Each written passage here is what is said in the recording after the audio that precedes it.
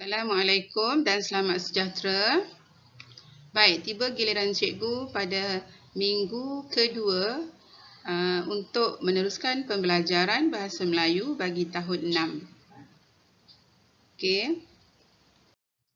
Baiklah murid-murid, LO atau learning objective kita ialah menulis pelbagai jenis ayat dan ragam ayat dengan betul. Manakala success criteria pula atau SC, pertama, murid menyatakan hobi ahli keluarga. Kedua, murid menyenaraikan 4 jenis ayat yang terdapat dalam petikan. Dan yang ketiga, murid boleh menyenaraikan 2 ragam ayat. Baiklah murid-murid, tajuk kita hari ini ialah bakat istimewa. Tajuk kecil ialah sayangi keluarga. Baiklah, petikan ni kita namakan sebagai petikan dialog ataupun perbualan. Perbualan ni berlaku antara beberapa orang watak, iaitu watak ayah, ibu dan Irfan dan juga Amar. Mereka berbual-bual mesra sambil minum petang. Okey, murid-murid, ini adalah salah satu aktiviti yang boleh mengeratkan hubungan kebersamaan antara ahli keluarga. Baiklah, dalam petikan dialog ini, kita perlu mengenal pasti pelbagai jenis ayat dan ragam ayat yang digunakan oleh penulis untuk menyampaikan idea. Okey. Daripada teks yang telah kita pelajari tadi, terdapat beberapa aktiviti yang boleh kita lakukan bersama ahli keluarga untuk mengeratkan hubungan silaturahim, untuk mengeratkan antara ahli keluarga. Antaranya ialah cikgu nak awak senaraikan beberapa hobi ahli keluarga kamu sendiri. Nyatakan, tulis dalam bentuk peta iting. Okey. Baiklah kelas, kita masuk kepada success criteria yang kedua, iaitu kita akan menulis beberapa jenis ayat dan ragam ayat. Okey, baiklah kelas, untuk SC yang kedua, kita perlu kenal pasti beberapa jenis ayat yang ada dalam dialog yang kita bincang tadi. Baiklah, di sini cikgu telah senaraikan 4 jenis ayat, 4 jenis ayat yang boleh kita kenal pasti dari dialog yang telah kita bincang tadi. Baik, 4 jenis ayat itu ialah yang pertama, ayat penyata. Okey, ayat penyata ialah ayat yang digunakan untuk menyatakan sesuatu. Contoh yang cikgu ambil dari petikan tadi ialah banyak aktiviti yang kami lakukan bersama-sama. Ayat ini menunjukkan satu penyataan sahaja, menyatakan sesuatu. So, kita kategorikan dia di bawah ayat penyata. Okey, kita teruskan lagi dengan jenis ayat yang kedua, iaitu ayat tanya. Dalam bahasa Melayu ada ayat tanya. So, ayat tanya ialah ayat yang menggunakan kata tanya.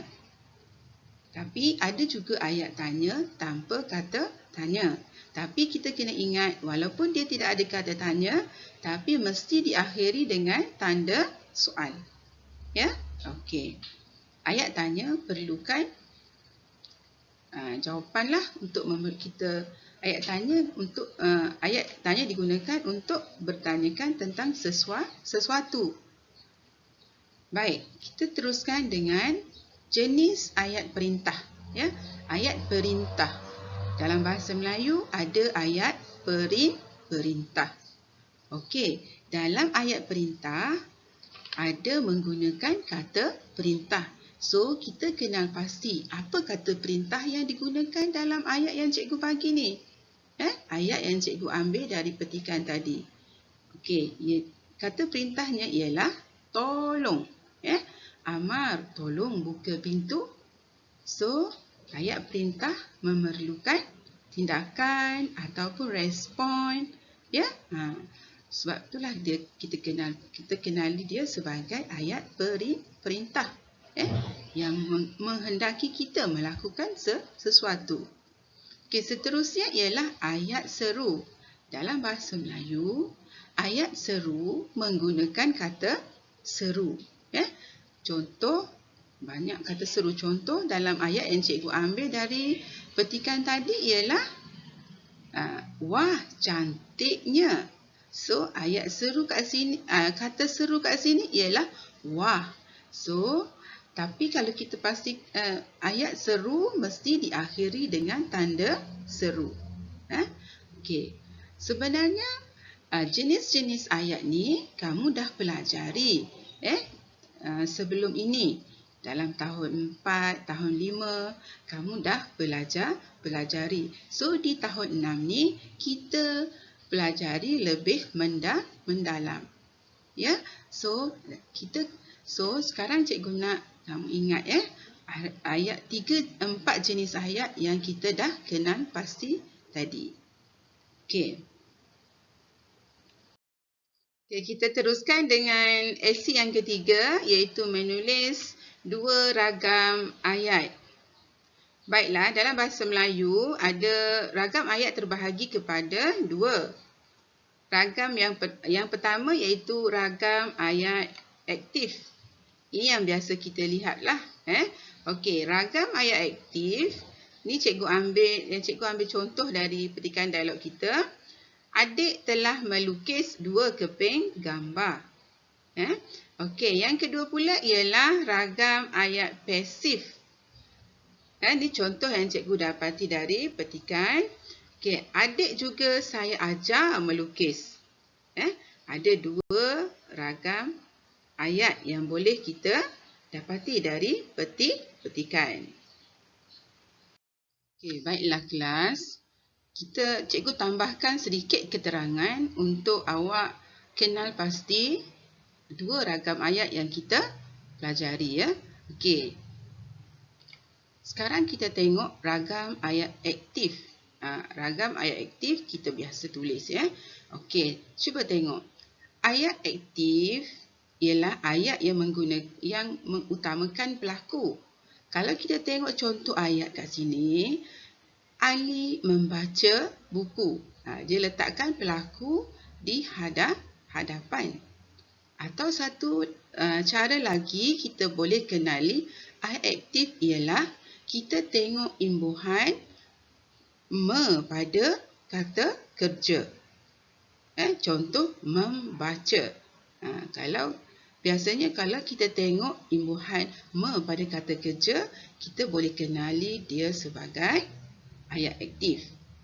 Baik, kita pergi pula kepada ayat pasif. Okey, bagaimana kita nak kenal ayat pasif? Ayat pasif, ayat yang mengutamakan objek kata kerja transitif daripada pelaku. Contoh, buku dibaca oleh Ali. Objek kata kerja ialah buku. So, buku ni kita utamakan. Yang utamakan duduk di hadapan. Atau satu cara lagi kita tengok imbuhan yang menggunakan imbuhan di. Kalau ayat pasif dia akan kebiasaannya menggunakan imbuhan di. Kalau membaca dia tukar jadi dibaca. Okey?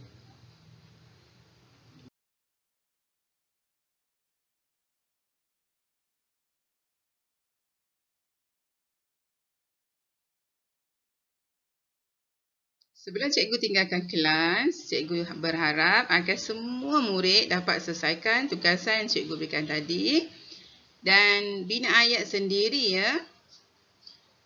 Baiklah, sekiranya ada apa-apa pertanyaan, kamu bolehlah terus berhubung dengan guru Bahasa Melayu kelas masing-masing. Itu sahaja daripada cikgu. Sekian, terima kasih. Assalamualaikum.